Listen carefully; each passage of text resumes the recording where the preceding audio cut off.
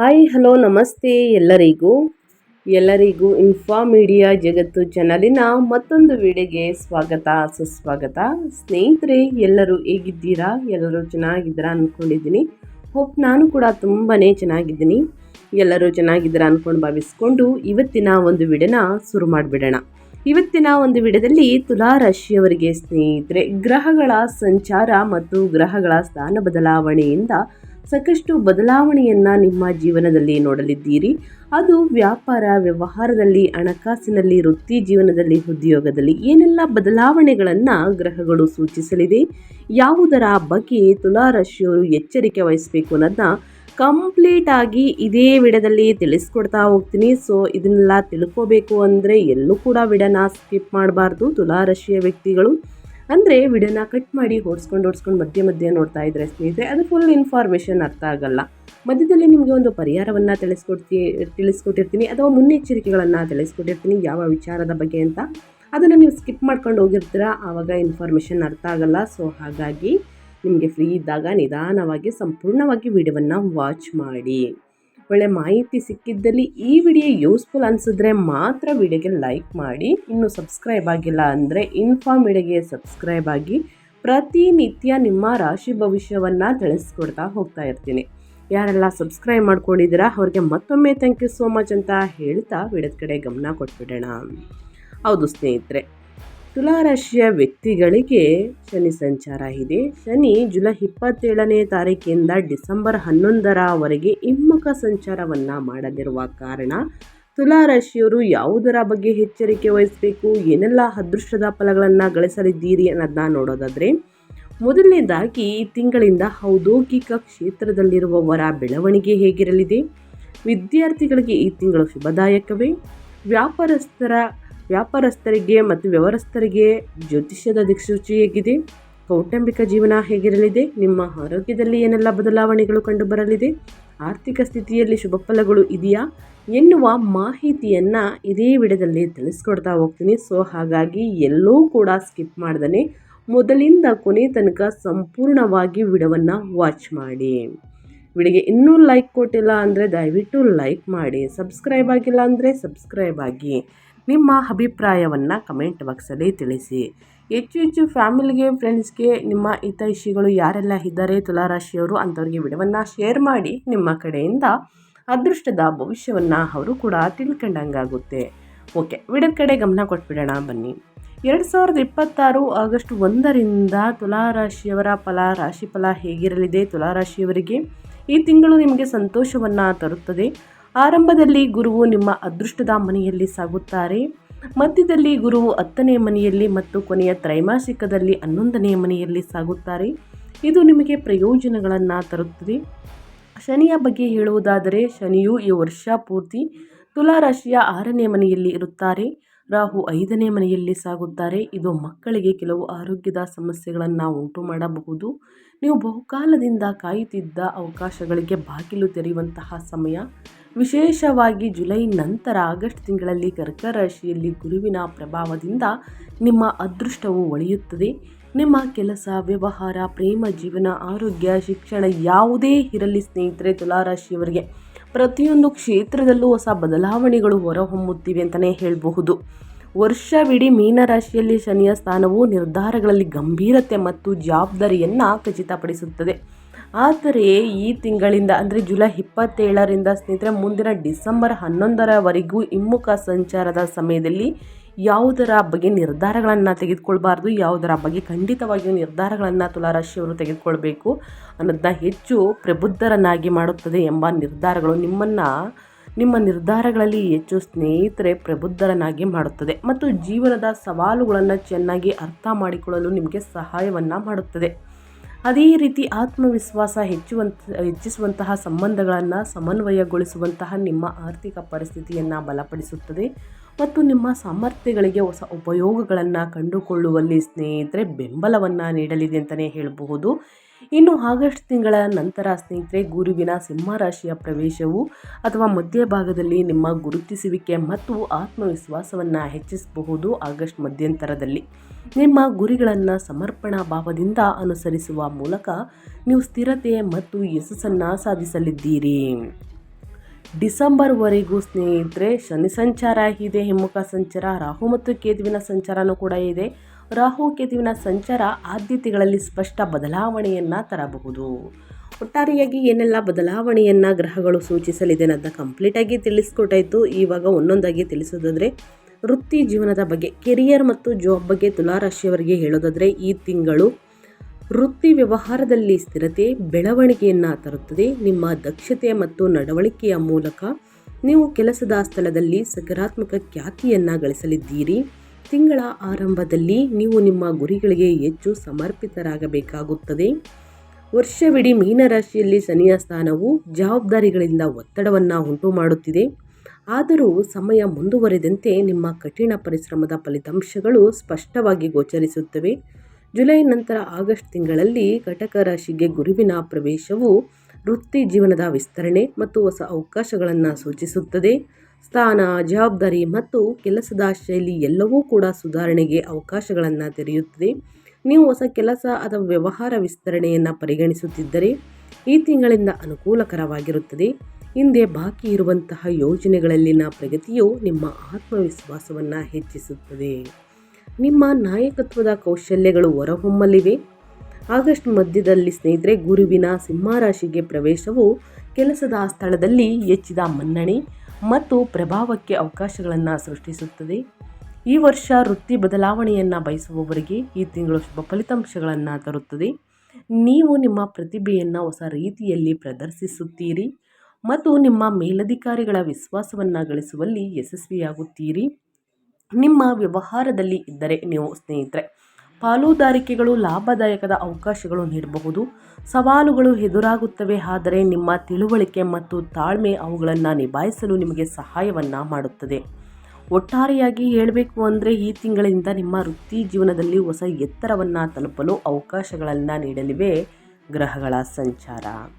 ಒಟ್ಟಾರೆಯಾಗಿ ನಿಮ್ಮ ವೃತ್ತಿ ಜೀವನದಲ್ಲಿ ಏನೆಲ್ಲ ಬದಲಾವಣೆಯನ್ನು ತುಲಾರಾಶಿಯ ವ್ಯಕ್ತಿಗಳು ನೋಡಲಿದ್ದೀರಿ ಅನ್ನೋದನ್ನ ಕಂಪ್ಲೀಟಾಗಿ ತಿಳಿಸ್ಕೊಟ್ಟಿದ್ದೀನಿ ಸ್ನೇಹಿತರೆ. ಏನೇ ಡೌಟ್ಸ್ ಇದ್ದರೂ ಕೂಡ ಕಮೆಂಟ್ ಮಾಡಬಹುದು. ಇನ್ನು ನಿಮ್ಮ ವೈವಾಹಿಕ ಜೀವನ ಹೇಗಿರಲಿದೆ, ಪ್ರೇಮ ಜೀವನದಲ್ಲಿ ಏನಾದರೂ ಬದಲಾವಣೆಗಳು ಉಂಟಾ, ಯಾವುದರ ಬಗ್ಗೆ ಮುನ್ನೆಚ್ಚರಿಕೆಗಳನ್ನು ತೆಗೆದುಕೊಳ್ಬೇಕು, ಏನೆಲ್ಲ ಶುಭ ಕಾರ್ಯಗಳು ನಡೆಯಲಿದೆ ಮನೆಯಲ್ಲಿ ಅನ್ನೋದನ್ನ ನೋಡೋದಾದರೆ ತುಲಾರಾಶಿಯವರಿಗೆ ನಿಮ್ಮ ವೈವಾಹಿಕ ಜೀವನದಲ್ಲಿ ಸ್ವಲ್ಪ ಒತ್ತಡ ಉಂಟಾಗಬಹುದು. ಈ ಸಮಯದಲ್ಲಿ ನಿಮ್ಮ ಸಂಗಾತಿಯೊಂದಿಗೆ ಹೊಂದಾಣಿಕೆ ಮಾಡಿಕೊಳ್ಳಲು ಪ್ರಯತ್ನಿಸಿ ಮೊದಲನೇದಾಗಿ, ಮತ್ತು ಅವರ ಸಣ್ಣ ತಪ್ಪುಗಳನ್ನು ನಿರ್ಲಕ್ಷಿಸಿ. ಇದಲ್ಲದೆ ನೀವು ಅವರೊಂದಿಗೆ ಕೋಪಗೊಳ್ಳದಿರುವುದು ಉತ್ತಮ. ಈ ಅವಧಿಯಲ್ಲಿ ನಿಮ್ಮ ತಾಳ್ಮೆಯ ಪರೀಕ್ಷೆಯಾಗಲಿದೆ. ಸಂದರ್ಭಗಳು ಸುಧಾರಿಸುತ್ತವೆ. ವೈವಾಹಿಕ ಜೀವನದಲ್ಲಿ ಸಾಮರಸ್ಯದ ಪರಿಸ್ಥಿತಿ ಇರುತ್ತದೆ. ನಿಮ್ಮಿಬ್ಬರ ನಡುವೆ ಉತ್ತಮ ತಿಳುವಳಿಕೆ ಇರಬಹುದು. ಅದೇ ರೀತಿ ಮಕ್ಕಳ ಆರೋಗ್ಯವು ಉತ್ತಮವಾಗಿರುತ್ತದೆ ಮತ್ತು ಅವರ ಹೆಚ್ಚು ಶಕ್ತಿಯುತವಾಗಿರುತ್ತಾರೆ. ಒಟ್ಟಾರೆಯಾಗಿ ಹೇಳಬೇಕು ಅಂದರೆ ಈ ತಿಂಗಳಿಂದ ನೀವು ನಿಮ್ಮ ಸಂಗಾತಿ ಮತ್ತು ಮಕ್ಕಳೊಂದಿಗೆ ಪ್ರವಾಸಕ್ಕೆ ಹೋಗಬಹುದು.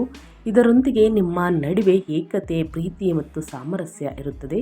ಇದರ ಮೂಲಕ ಪರಸ್ಪರರ ನಡುವಿನ ದೂರುಗಳು ಸಹ ದೂರವಾಗುತ್ತವೆ ಅಂತಲೇ ಹೇಳ್ಬೋದು ಸ್ನೇಹಿತರೆ.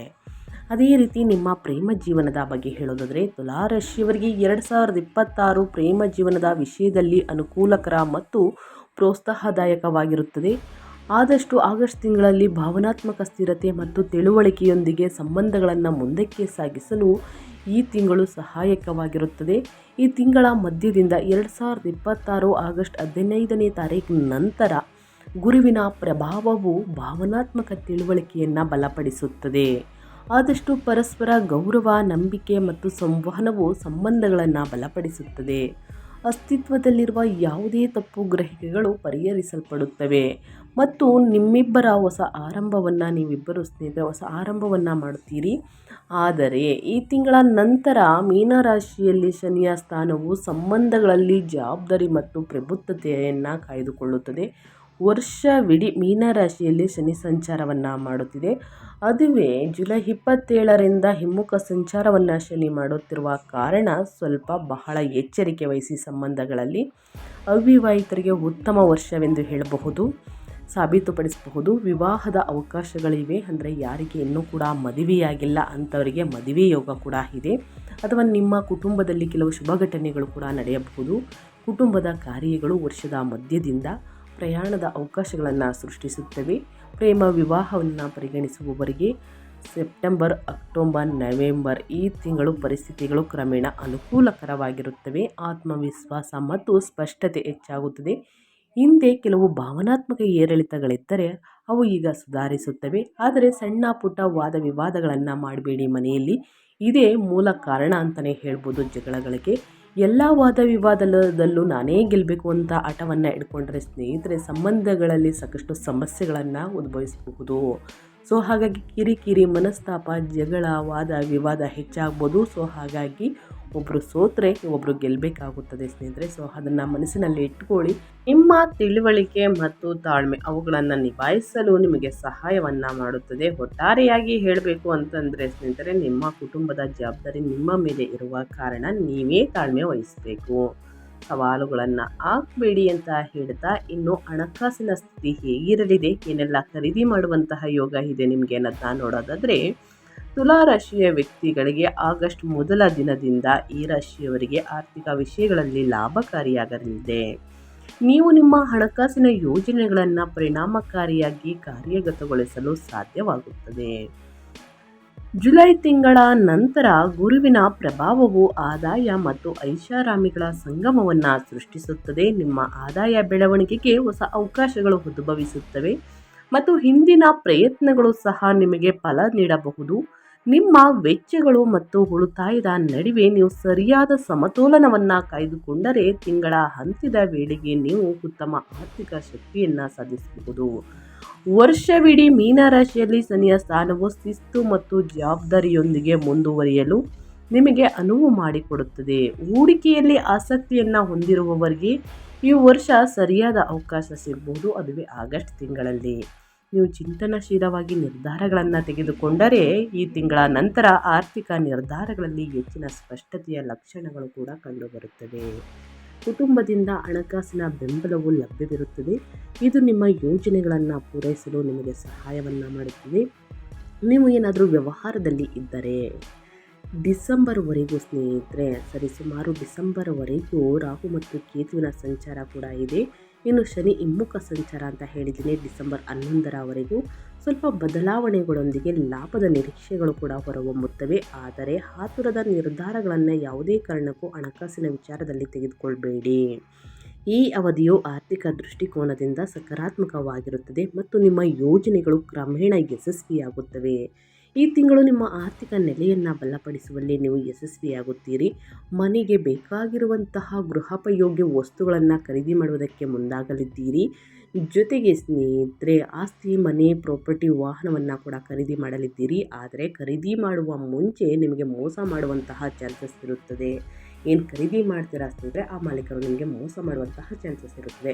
ಸೊ ಹಾಗಾಗಿ ದುಡುಕಿನ ನಿರ್ಧಾರಗಳನ್ನು ಬಿಟ್ಟು 1 ಅಥವಾ 2-3 ಬಾರಿ ಪರಿಶೀಲಿಸಿ. ಯಾವುದೇ ಏನಾದರೂ ಆಸ್ತಿ ಪತ್ರವನ್ನು ಅಥವಾ ನೀವೇನಾದರೂ ಪಾಲುದಾರಿಕೆಗೆ ಸಹಿಯನ್ನು ಹಾಕ್ತಾ ಇದ್ದರೆ, ವ್ಯವಹಾರದಲ್ಲಿ ಯಾವ್ದಾದ್ರು ಒಪ್ಪಂದವನ್ನು ತಗೊಳ್ತಾ ಇದ್ದರೆ, ಇನ್ನು ಹಣಕಾಸಿನ ವಿಚಾರದಲ್ಲೂ ಕೂಡ ಯಾರನ್ನು ಕುರುಡರಾಗಿ ನಂಬೇಡಿ. ಅದು ಸ್ನೇಹಿತರಾಗಲಿ, ಕುಟುಂಬದವರಾಗಲಿ, ಹೊರಗಿನವರಾಗಲಿ. ಈ ತಿಂಗಳು ಆದಷ್ಟು ಒಳಿತಲ್ಲ ನನ್ನ ಗಮನದಲ್ಲಿ ಇಟ್ಕೊಳ್ಳಿ.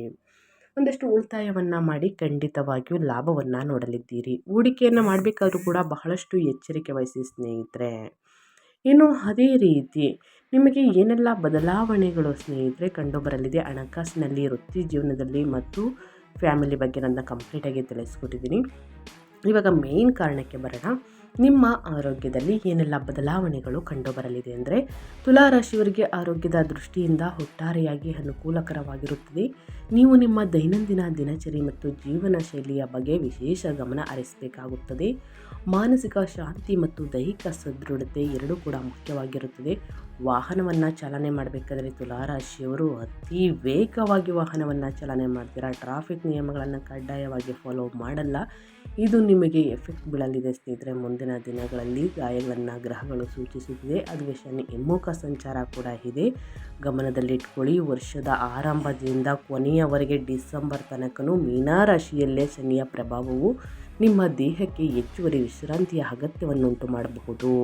ಸೊ ಹಾಗಾಗಿ ನೀವು ಸ್ವಲ್ಪ ಒತ್ತಡವನ್ನು ಅನುಭವಿಸಬಹುದು. ಆದರೆ ಸಮಯ ಕಳೆದಂತೆ ನಿಮ್ಮ ಆರೋಗ್ಯವು ಸುಧಾರಿಸಲಿದೆ. ಬಹಳಷ್ಟು ಎಚ್ಚರಿಕೆ ವಹಿಸಬೇಕು. ಇನ್ನು ಆಗಸ್ಟ್ ಮಧ್ಯದಿಂದ ಗುರುವು ಕಟಕ ರಾಶಿಗೆ ಪ್ರವೇಶಿಸುವುದರಿಂದ ನಿಮ್ಮ ಶಕ್ತಿಯ ಮಟ್ಟಗಳು ಕ್ರಮೇಣ ಹೆಚ್ಚಾಗುತ್ತಾ ಬರುತ್ತದೆ.